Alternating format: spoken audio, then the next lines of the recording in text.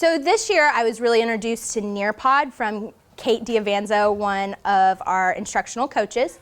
And I kind of was like looking at it and I was like, this is really interactive. And then the light bulb turned on one day and I thought, let's try scales with it. So through that, I'm able to do a homework session. I'm able to have the kids log in. Through a poll, they answer, where are they on the scale? I'm able to put in the image of the scale. My students can zoom in. Some of my students who have difficulty typing long sentences, they'll do speak to text, and they can answer that way. But the way it works is the students are given a code. They log in. They can do this from any device. They put in their name, and the rule is that they have to always use their real name because all reports are sent to the teacher. Now here we have our math scale. You're able to click here. The student can zoom in, see where they are, try out some problems.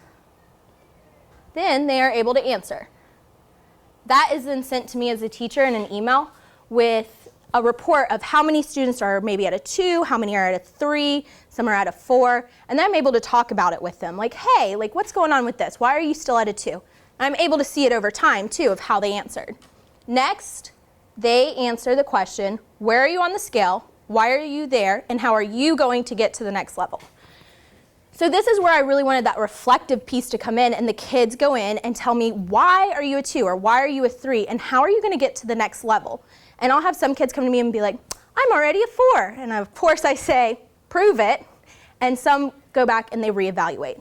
But I try to do this multiple times a week to make sure I'm really getting a lot of data from the kids and a lot of feedback on how they're doing. I will build my math small groups based on how they answer on a math scale. I might say, all right, you know, all my 4s, come here, let's see what we can do. Are we able to analyze those errors? Are we able to kind of take it further, maybe do a project with it? I'll pull my 2s to a group, and sometimes I have a little bit more of them, and I'll pull them in small group and say, okay, here we are. What's keeping you from going to a 3? And we might work on that specific skill. We might see that there's a foundational skill we're missing, like we may not be fluent in multiplication. Like, okay, that's fine. That's what we need to do then. We need to work on our multiplication to be able to multiply fractions. It says the majority of you feel you are at a level 3.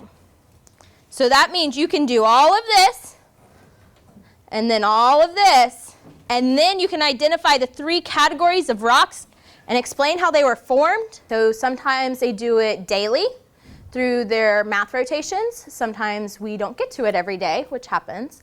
But my goal is to always have it at least minimum 3 times a week that they're in here, that they're really reflecting on their learning and where they're at and how they can better themselves.